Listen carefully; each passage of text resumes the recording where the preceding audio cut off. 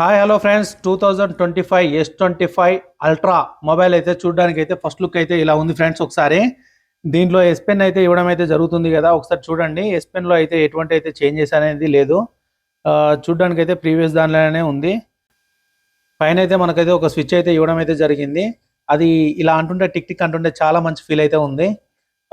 Yes pen అయితే చాలా కంపాక్ట్గా, చాలా లైట్ వెయిట్గా అంటే చాలా బాగుంది. ఒకసారి మనం మొబైల్ యొక్క ఓవరాల్ లుక్ అయితే చూద్దాం ఒకసారి. లాస్ట్ ఇయర్ మోడల్ కంటే దీంట్లో లుక్ పరంగా ఏం చేంజ్ అయిందో ఫస్ట్ అయితే చూద్దాం. మనకైతే ఇది వచ్చేసి కొత్త మోడల్ అండి. ఇది వచ్చేసి నావీ బ్లూ కలర్లో ఉంది. ఇది టైటానియం బ్లూ కలరు. చూడడానికి అయితే మాత్రం టచ్ ఫీల్ మాత్రం చాలా అంటే చాలా బాగుంది. కింద సామ్సంగ్ అని ఉంది. బ్యాక్ సైడ్ అయితే మనకైతే 4 కెమెరాలు ఇవ్వడం అయితే జరిగింది. దాంతో పాటుగా ఒక ఫ్లాష్ లైట్ అండ్ ఒక సెన్సార్ రిక్వెస్ట్ అయితే ప్రొవైడ్ చేయడం అయితే జరిగింది. చూడడానికి మాత్రం బ్యాక్ సైడ్ అయితే ప్రీవియస్ జనరేషన్తో పోలిస్తే మాత్రం ఎటువంటి డిఫరెన్స్ అయితే లేదు. లుక్ అయితే మాత్రం యాజ్ ఇట్ ఈస్గా ఉంది. ఒక్కసారి టాప్ సైడ్లో చూసుకున్నానంటే మనకు నాయిస్ క్యాన్సిలేషన్ మైక్ అయితే ఇవ్వడం జరిగింది. Secondary noise cancellation mic. ఇదివరకు అయితే కొంచెం ఎడ్జెస్ అయితే షార్ప్గా ఉండేవి, ఇప్పుడైతే కొంచెం కరుడుగా చేశారు. మనకు రైట్ సైడ్ వచ్చేసి volume up and down buttons and switch on off button అయితే ప్రొవైడ్ చేయడం జరిగింది. బాటంలో వచ్చేసి అయితే మనకు SIM tray and type C port, main speaker grill, అలాగే మనకు ఎస్ పెన్ పెట్టుకోవడానికి ఒక పోర్ట్ అయితే ప్రొవైడ్ చేయడం అయితే జరిగింది. ఇవి కింది సైడ్ ఉన్నాయి. ఒకసారి అయితే లెఫ్ట్ సైడ్ చూద్దాం. లెఫ్ట్ సైడ్ అయితే టోటల్ కంప్లీట్గా ప్లెయిన్గా ఇవ్వడం అయితే జరిగింది. ఇది దీని చుట్టూ చూసుకున్నట్లయితే లుక్ వైజ్ కొంచెం కరుడుగా అయిందని చెప్పుకోవచ్చు. దీంట్లో ఏమైనా మెయిన్ ఫీచర్స్ ఉన్నాయా అంటే ఉన్న ఏఐ ఫీచర్లనే ఎన్హాన్స్ చేసి కొంచెం ఎక్కువగా తీసుకురావడం అయితే జరిగింది. దీన్ని ఒకసారి దాంట్లో వచ్చే వీడియో అయితే డెమో వీడియో చూపించుకుంటూ దీన్ని ఫ్యూచర్లో అయితే మీకు అయితే ఎక్స్ప్లెయిన్ చేస్తాను. ఒకసారి చూడండి. ముందుగా దీని డిస్ప్లే చూసుకుంటే 6.9 inches quad HD plus dynamic AMOLED display అయితే ప్రొవైడ్ చేశారండి. అలాగే ఇది వచ్చి 120 హెర్ట్జ్ రిఫ్రెష్ రేట్తో ఉంటుంది. 10 బిట్ డిస్ప్లే అండి. ఇది HDR10 సపోర్ట్ చేస్తుంది. అలాగే ఇది వచ్చేసి ప్రాసెసర్ వచ్చేసి మనకు ఇప్పుడు స్నాప్డ్రాగన్లో ఉన్న హైయెస్ట్ ప్రాసెసర్ స్నాప్డ్రాగన్ 8 ఎలైట్ ప్రాసెసర్తో అయితే వస్తుందండి. ఇది వచ్చేసి దీంట్లో వచ్చేసి మనకు స్టార్టింగ్ వేరియంట్ అయితే మనకు 12 GB ర్యామ్ అయితే ఉందండి. అలాగే స్టోరేజ్ విషయం చూసుకుంటే 256 GB storage and 512 storage and 1 TB storage అండి. ఇది జనవరిలో మనం ప్రీ బుకింగ్ చేసి కానీ తీసుకున్నట్లయితే మనం 256 GB బుక్ చేసామనుకోండి, మనకైతే 512 GBని అయితే ఇవ్వడం అయితే జరుగుతుంది. అదే ప్రైస్కి ఇది ఒక మంచి బెనిఫిట్ అని చెప్పుకోవచ్చు ఫస్ట్ టైం తీసుకునే వాళ్ళకి.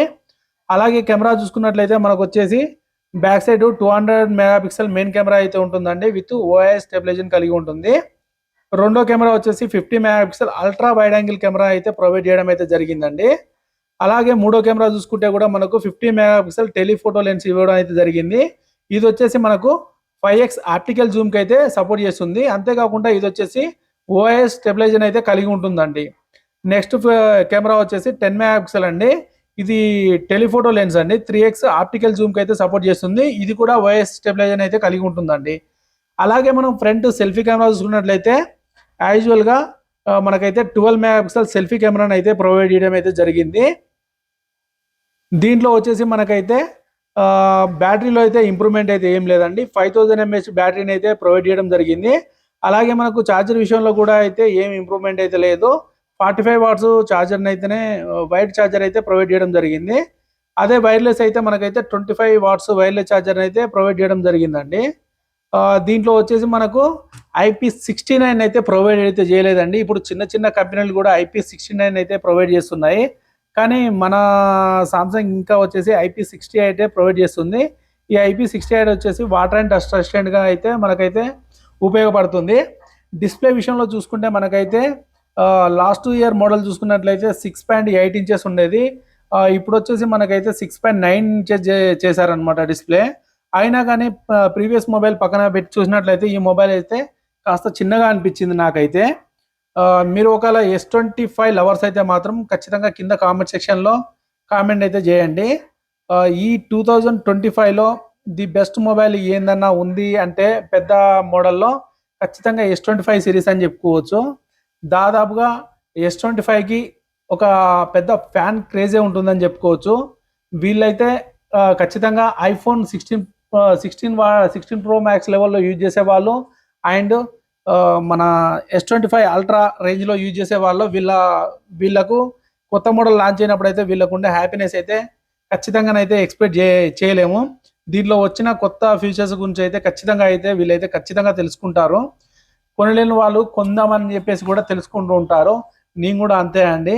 దీంట్లో వచ్చిన కలర్ వేరియంట్స్ అయితే మాత్రం ఈసారి అయితే నాకు చాలా బ్లూ కలర్ వేరియంట్ అయితే నాకైతే చాలా బాగా అట్రాక్ట్ చేసింది.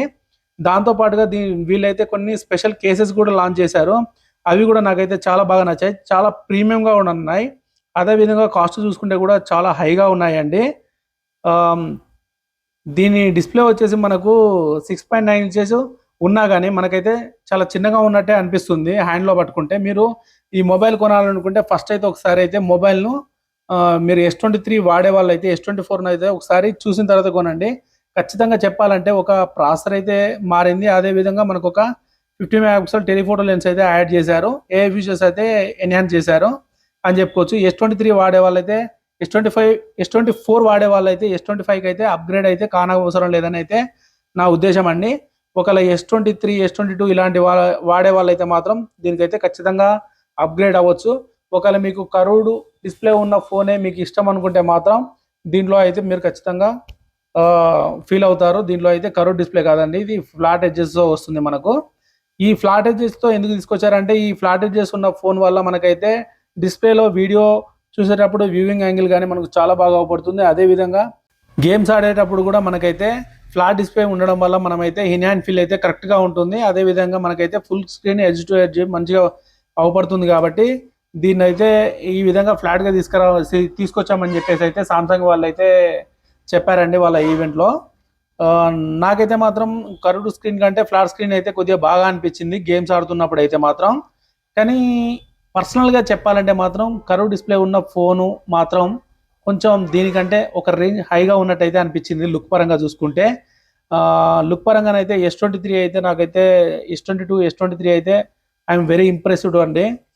ఈ ఫ్లాట్గా ఉన్నాయి ఒకసారిగా వాటిని చూసి ఇది ఇలా ఫ్లాట్గా యూజ్ చేయాలంటే కాస్త ఇబ్బందిగా అనిపించినప్పటికీ కానీ మనం దానికంటే చాలా బాగా ఇంప్రూవ్ చేశారు. డిస్ప్లే క్లారిటీ కానీ లేకపోతే వ్యూవింగ్ యాంగిల్స్ కానీ చాలా అంటే చాలా బాగా ఇంప్రూవ్ చేశారు. ఫీచర్స్ కూడా చాలా బాగా ఇంప్రూవ్ చేశారు. మీరు కనుక ఒకవేళ తీసుకోవాలనుకుంటే ఖచ్చితంగా తీసుకోవచ్చు. మనకైతే ఇప్పుడున్న ప్రాసెసర్లో టాప్ నాచ్ ఫీచర్స్తో ఉన్న ఫోన్ అని చెప్పుకోవచ్చు. అలాగే ప్రాసెసర్ కూడా టాప్ నాచ్ ప్రాసెసర్ అని చెప్పుకోవచ్చు. దీనికంటే బెస్ట్ ప్రాసెసర్ అయితే నాకు తెలిసి స్నాప్డ్రాగన్లో ఖచ్చితంగా లేదు. ఇదే బెస్ట్ ప్రాసెసర్ అనేది చెప్పుకోవచ్చు. మన వీడియో కనుక మీకు నచ్చినట్లయితే లైక్ చేయండి, షేర్ చేయండి, సబ్స్క్రైబ్ చేయండి.